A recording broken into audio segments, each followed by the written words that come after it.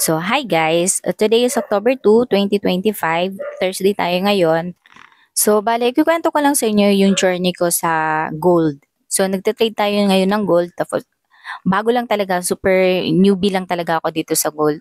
Nag-start ako mag-trade no last week, September 24, Wednesday yon. Tapos nag-aral lang ako nung Friday. So doon ako tinuruan ng mentor ko yun, saan paano mag-plot, paano ka mag-trade, paano yung atake mo dito, dapat scalping lang kasi ako eh. So yun lang yung pinag-usapan namin. As in super bilis lang namin mag-aral noon. Tapos Monday and Tuesday nag-watch lang ako kasi parang natatakot ako mag-trade. Pero pinapanood ko lang siya. So, yun habang nanonood ako, ang lakas talaga ng gold, umaangat. Tapos, konting pullback lang, angat na kaagad.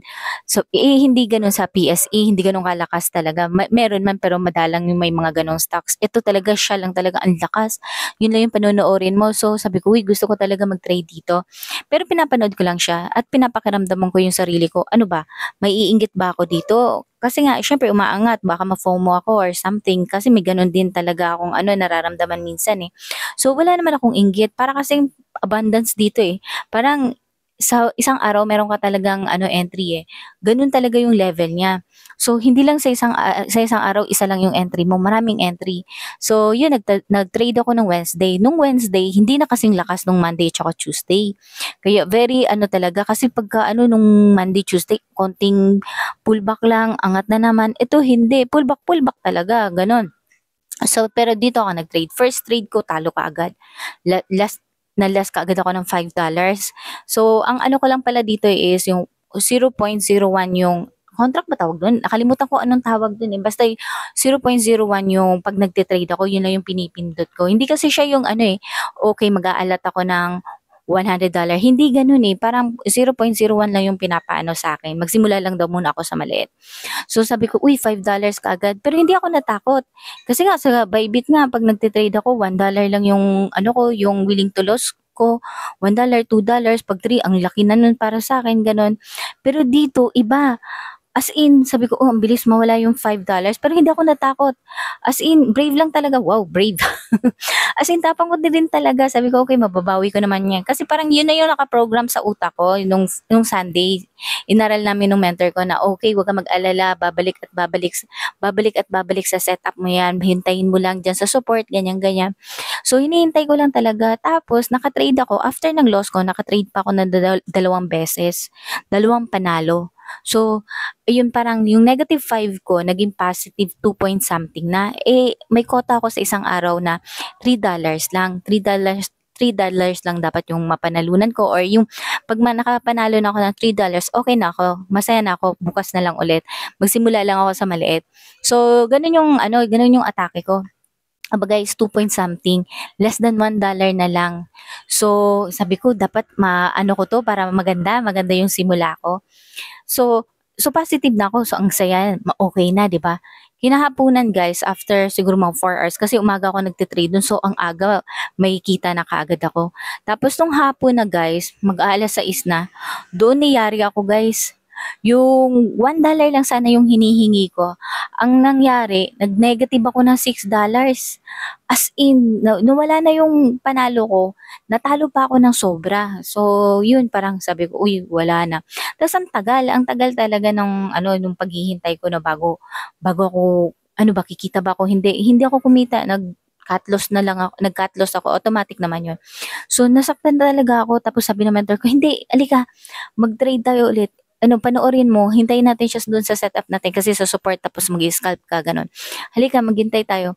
Aba, nag-trade kaming dalawa na nito, pero account ko pa rin, tinulungan lang niya ako na hindi ako dapat mawalan pag-asa, huwag akong susuko, diretso lang, umupo lang, kasi nag-emotional na naman tayo eh, na-trigger na naman yung magiging emotional natin. So, ang ginawa namin, umupo ako. So, pag upo ko, ayan, kaming dalawa, nanonood kami. Diyos ko guys, habang hinihintay namin, bumili ulit kami. Habang hinihintay namin, natalo na naman. Sabi ko, wala na talaga to. Ay, di, 3 beses kami nag-trade talaga guys. Imbis na $6 na yung natalo ko guys, naging $16 guys. Sabi ko, wala na to. Paano na to? Buti na lang may isa kaming trade na almost yung 11, tama ba? $6. Naging $17 yata yung na-loss ko. So, parang kumbaga sumali yung mentor ko, na-loss pa ako ng $11. Pero nung naglaro kami na naglaro, as in naghintay talaga kami guys, bili na naman, gano'n.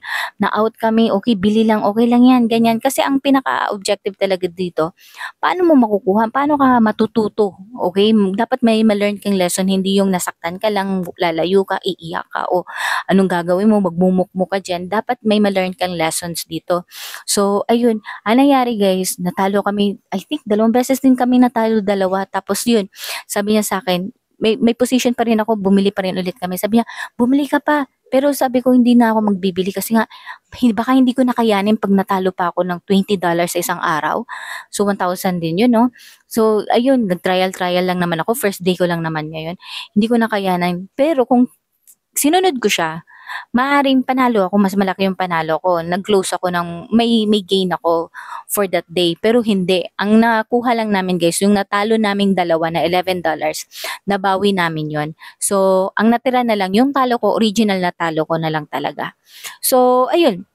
Ang dami talaga naming napagdaanan nung araw na yun. Actually, ako talaga yung maraming pinagdaanan nung araw na yun. Kasi nga, nawalan talaga ng pag-asa guys. At saka ang maganda pala dito sa gold guys, mabilis mo talaga siyang, okay, mabilis mawala yung pera mo kung hindi ka marunong. Pero kung may susundin ka lang setup, hihintayin mo lang dun sa setup mo, o pag pull back to dito banda sa key level, bibilhin ko na to. So guys, ang ganda ng ano na pagbibigyan ka at pagbibigyan ka. May parang mawawala sa iyo magfo-FOMO ka, mafo-FOMO ka, parang nawawala dito yung mafo-FOMO ka. Parang ano lang dito, parang lagi may lesson learned. Okay, nanalo ako ngayon, ano natutunan ko? Natalo ako ngayon, ano natutunan ko? Hintay lang ulit, abang lang ulit doon sa support. Yun, ganun, ganun. Natutuwa ako kasi nga, first time ko kasi maglaro ng gano'n na parang bilis lang. Kasi nga malikot ako eh. Hindi ako pwede talaga yung pangmatagalan na naaasiwa ako eh. Parang ano ba to, may pera ba, may kita ba ako? Wala, kung wala, wala, sabihin na kaagad ko, meron, meron kaagad, parang ganon. Nahihirapan ako sa paghihintay, kaya hindi ako pwedeng maging position trader. Pero ayun, inaaral ko pa rin naman yan para doon sa mga stocks talaga sa PSE.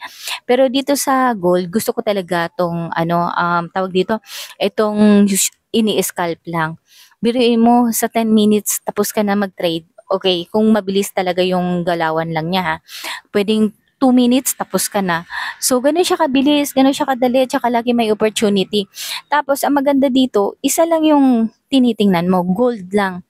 Hindi ka, kunyari sa PSE, titingnan mo pa yung index. 'Di ba? Titingnan mo yung PSEI, tapos titingnan mo yung isa-isang stocks. Ito hindi, siya lang. Katulad din ng crypto, ang dami ko ring titingnan. Kung magte-trade ako ng alt, titingnan ko muna yung Bitcoin, ano ba, ano itsura niya, ano storya na ngayon, ganyan. Tapos, nasa support ba siya, nasa resistance ba siya, ang dami. Tapos saka pa lang ako maghahanap ng ite-trade kung mga altcoin ba yan, ang gusto ko, or ibang coin. So, ayun, ang dami kong tinitingnan. Pero dito sa gold, isa lang. Natutuwa lang ako. Bida ko lang. Kasi nga, katulad ko, kunyari wala pang setup, ganon. Kat hindi naman sa wala pa akong setup 'no, kumbaga malikot. Hindi sinusunod yung setup, ganyan.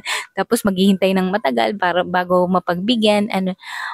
Try niyo yung gold guys, sobrang ganda siya. Actually pangalawang araw ko lang ulit ngayon mag-trade kasi after nung last week Wednesday, ngayon lang ulit ako nag-trade Thursday. So parang 1 week 'no, after 1 week ngayon lang ulit. Kasi nga naging busy ako tapos ayokong mag-trade pagka busy ako or emotional ako, yung gano'n. So ngayon lang ulit at natutuwa ako, nanalo ako guys, yung talo ko ng $6 last week, nakuha ko lang ngayong araw na 'to at may panalo pa ako ng konti. So ayun, grateful lang ako kasi nga natutuwa ako sa ano, sa outcome ng ano, ng trade ko ngayon. Actually kanina magte-trade pa sana ako kaso hindi ko na gusto. Pero kung parang nag-out na kaagad ako, nag-break even lang kasi medyo nagpula na eh. Tapos sabi ko, "Oy, hindi, i-out ko na lang 'to pag nag-break even." So kung hindi ko break even, baka mas malaki pa yung panalo ko ngayon.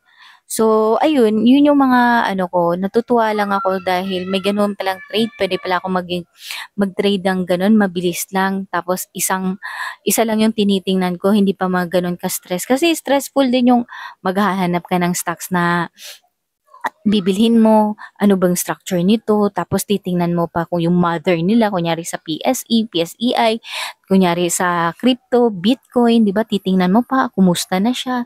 So ayun, natutuwa lang ako dito talaga. Super ganda niya guys na kung katulad ko ikaw na gusto mo mabilisan, malikot, hindi ka talaga sumusunod sa mga ano mo, strategy mo, try mo sa ganito guys kasi nga eto kasi, kaya ako hindi sumusunod gano'n, kasi parang andito na may pera na 'to, eh, ito na yun, bilhin ko na 'to ganyan, tapos yung pagbili mo bumagsak pa, 'di ba? Hindi ko hinihintay kasi nga nag-green na, eh, umaangat baka sobrang aangat pa 'to ng sobra maiiwanan na ako.